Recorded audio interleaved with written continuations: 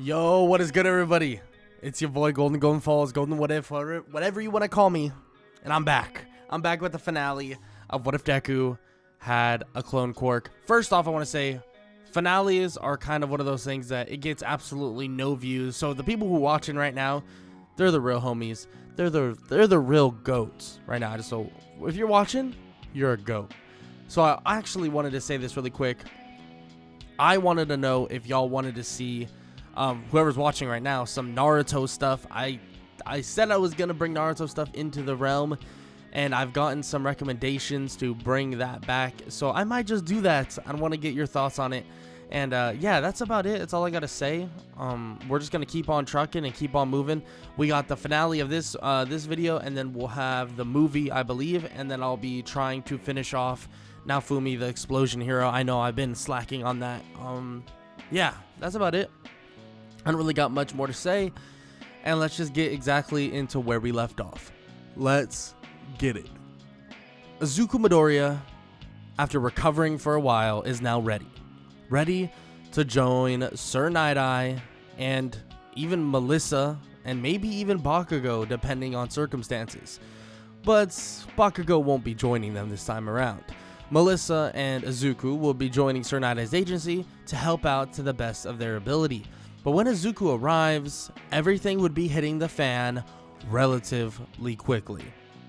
Because when he arrives at Sir Night-Eye's agency, Sir Night-Eye is panicking slightly as he gets a call.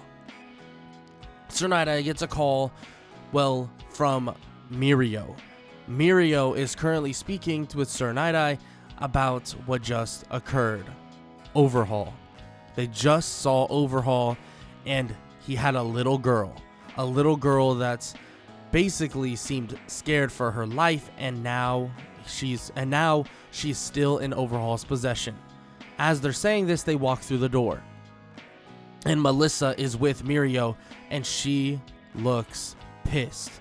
The girl that was very similar to Izuku, someone that's very happy the majority of the time, looks enraged that she wanted to beat the living hell out of Overhaul right when he saw him, or right when she saw him. But she wasn't able to do so. It wasn't the right move. Izuku can see that and walks over to her to calm her down, telling her that they're going to make this right. They're going to get him, and to not worry. She questions if Izuku is really ready to get back on the field already, after just such a short recovery time, and he says that he'll be just fine. As long as he doesn't make a complete colony of people, he should be okay. Sir Night-Eye says that having Izuku in this invasion will have massive benefits. Izuku has clones that are so powerful that he can truly make waves, truly make a difference. And that's exactly what he's going to do. They begin to plan out everything, and many of the heroes question if they should really allow kids to do this. But Izuku is an example. Izuku made waves to even defeat All For One. So not having him on the field would be idiotic. So yes, they're going to have help from kids, but those kids, and some of them, are even stronger than pro heroes. The invasion of the Shie Hassaikai is upon them, ready for war. They begin to await the signal and ready to go, but just as Izuku is waiting, a bad feeling rushes over his body. His eyes flash purple, and a giant monster of a man comes racing out. Izuku sends a clone immediately to stop it in its tracks, using his strength clone at maximum capacity. But as he does this, someone else is there to help. A seeming dragon of some sorts, a woman that turns into a dragon, helps stop this monster of a man as they suplex him to the other side of the building. They begin to race inside as Izuku leaves his clone just for a couple more minutes to help out with that fight. He races in with Mirio and Melissa as their goal is to find Overhaul. Mirio dashes ahead using his permeation, and Izuku would do the same. His eyes would flicker and they would change this white color as he begins to fade through each and every wall he sees as he flies through them.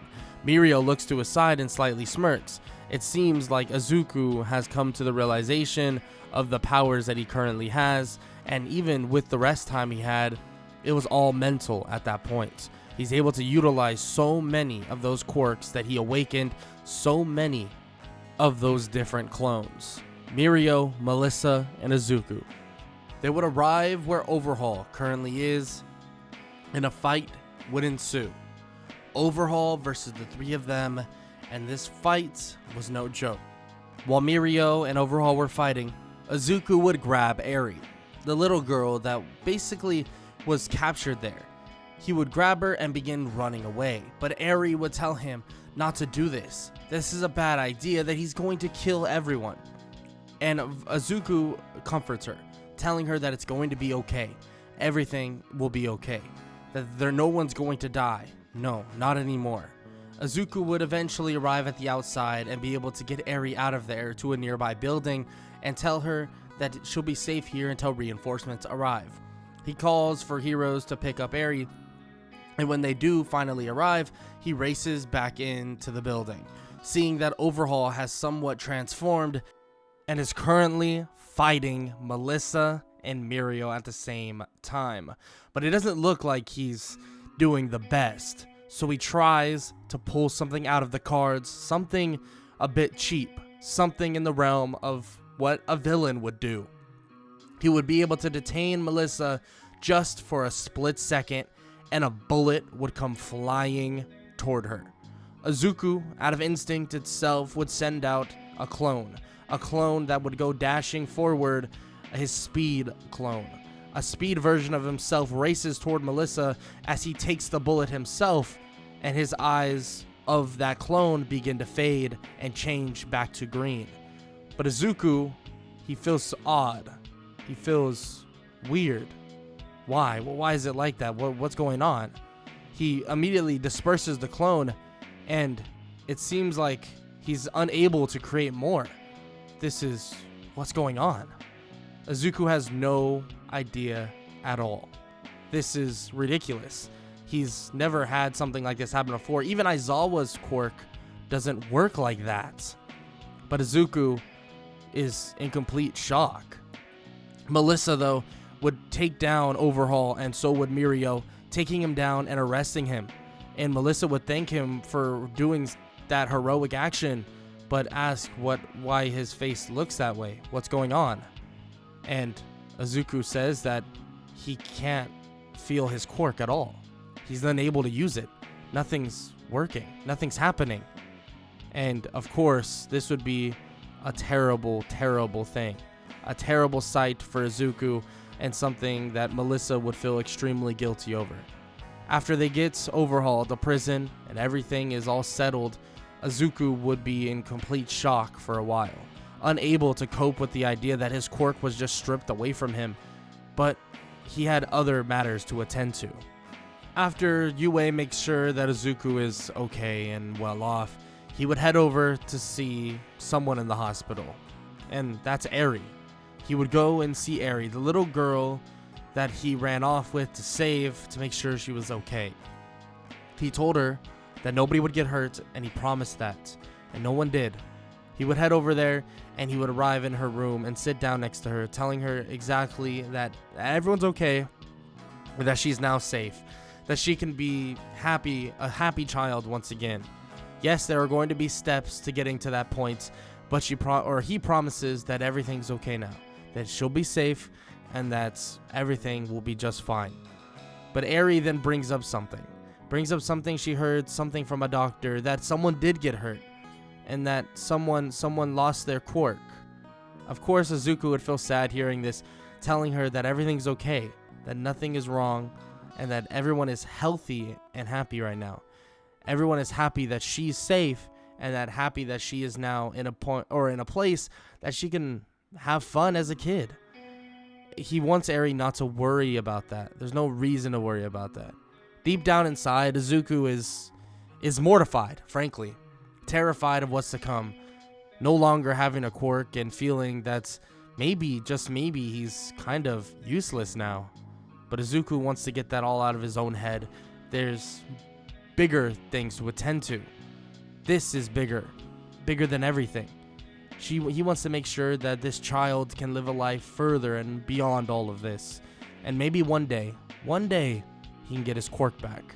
He can get his quirk back from Eri herself. Because there's always going to be shadows lurking in the darkness. All for One may be in prison. The League of Villains may be in prison as well. But all it takes is one. All it takes is one breakout, one villain invasion, and all of that would go crumbling. Izuku would head back to UA and continue to assist where he can. And he was fully prepared to leave UA because of this incident, but Aizawa made it abundantly clear that he would not be leaving, that he'll be helping in any other regard he possibly can. That whatever they say, he just might be able to get his quirk back. Maybe he doesn't need Eri to rewind him. Maybe, just maybe, he can personally get his own quirk back. Yes, he might think it might be a little outlandish, but it was a clone. It wasn't himself, technically. Izuku, he doesn't know, but he'll try. He'll start from the basics, start from the ground floor, and try to push himself to the point that maybe, just maybe, he'll get his quirk back. So he begins to work. He begins to train. And this is all he can think. Eat, sleep, and get his quirk back. That's it. Melissa would help him. Many others would help him. But nothing is budging. Izuku's quirk is dormant. Unable to be connected. Unable to do a thing. He begins to think that maybe he has to put himself in a crisis situation, but that's just too risky. Putting himself in a crisis as something that he needs, something that needs to happen, it's not something that could happen. It could kill him. He's not invincible. Farthest thing from it. So the fact is that he's going to sit here without a quirk, but he's still going to train, work hard. He's going to use everything that Melissa, All Might, and many others have taught him. He'll begin to help in various other ways, testing gadgets and using different basically items and so on. He'll do everything and anything he possibly can. Unfortunately, he watches training sessions and Class 1B versus Class 1A from the sidelines, seeing his teammates or his classmates fight and train together, where he can't do that, falling short in every regard at this moment. But eventually, this odd chill would go down his spine. Something would be happening under the noses of the heroes, and eventually would be revealed. Shigaraki and the League of Villains are out. They somehow escaped and are now on loose. They're trying to be chased down, but it seemed as if some monstrous creature broke into Tartarus, freeing them. But All for One was not there. He was in a completely different area, unable to be reached, and All for One himself is still in captivity. But now this makes everybody worry, chills down their spines. What happens when the League of Villains seek revenge? Well, what happens is a couple months later, war happens. War between the villains and the heroes is a scary thing. Izuku only being able to help and support via support items and anything he possibly can. But that's it. He's useless. Useless. That's all Izuku can think about. He needs to be out there. He needs to be helping. But he's not. He's not helping at all. He needs to help. He needs to. He thinks of something. A reminder of someone. He opens his door to leave, but before he can, there's someone else there. Aizawa and a little girl by the name of Eri. Eri touches Izuku on the leg as this odd particle effect and also this electricity begins to revolve around him, and his eyes begin to flash various colors. Green, red, purple, white, yellow, blue, every color you can think of. Izuku can feel it. He's back. Aizawa looks at him and tells him that he's needed. Izuku's eyes turn this yellow electricity and he bolts off faster than he's ever been. It's as if his body was changing while the Quirk was away. And now he's even stronger than before. A leap that he would never have been able to make without a massive need to save and help everyone. When he would arrive, Melissa and many others would be fighting off the League of Villains. But Izuku would step foot on the battlefield, and shock would begin to shoot through the entirety of all the villains. Shigaraki would smirk, but what he doesn't understand is he's not the final boss. Izuku is. Izuku reaches out his hands, and clones begin to disperse. Hundreds, maybe even thousands. The villains are terrified. Shigaraki can't even put words in his own mouth. A colony, a country of Izuku's charge forward and absolutely tear the League of Villains and the army that they brought on them apart, ripping them to shreds, knocking them all out, and capturing all of them using different quirks that he currently has. Izuku has saved the day and once again has his quirk. He sits down on the ground as he looks around to see everyone tattered and beaten, and he slightly smiles. Sorry it took me so long. You know, still getting a hold of this quirk of mine. He laughs a little bit, and everyone else is shocked. Everything is now calm, quiet. A war that looked like was swaying in the wrong direction just swung back in the favor of the heroes. The heroes now are on top. The heroes have won. What does this mean for the future? The future of My Hero Academia and Hero Society? Well, that's a story for another day, and a story that may not be told. So if you enjoyed the entire series of What If Deku had a clone quirk, make sure to leave a like, make sure to leave a sub, and make sure to leave a comment down below, all that good stuff. And I hope y'all have an amazing day. Later.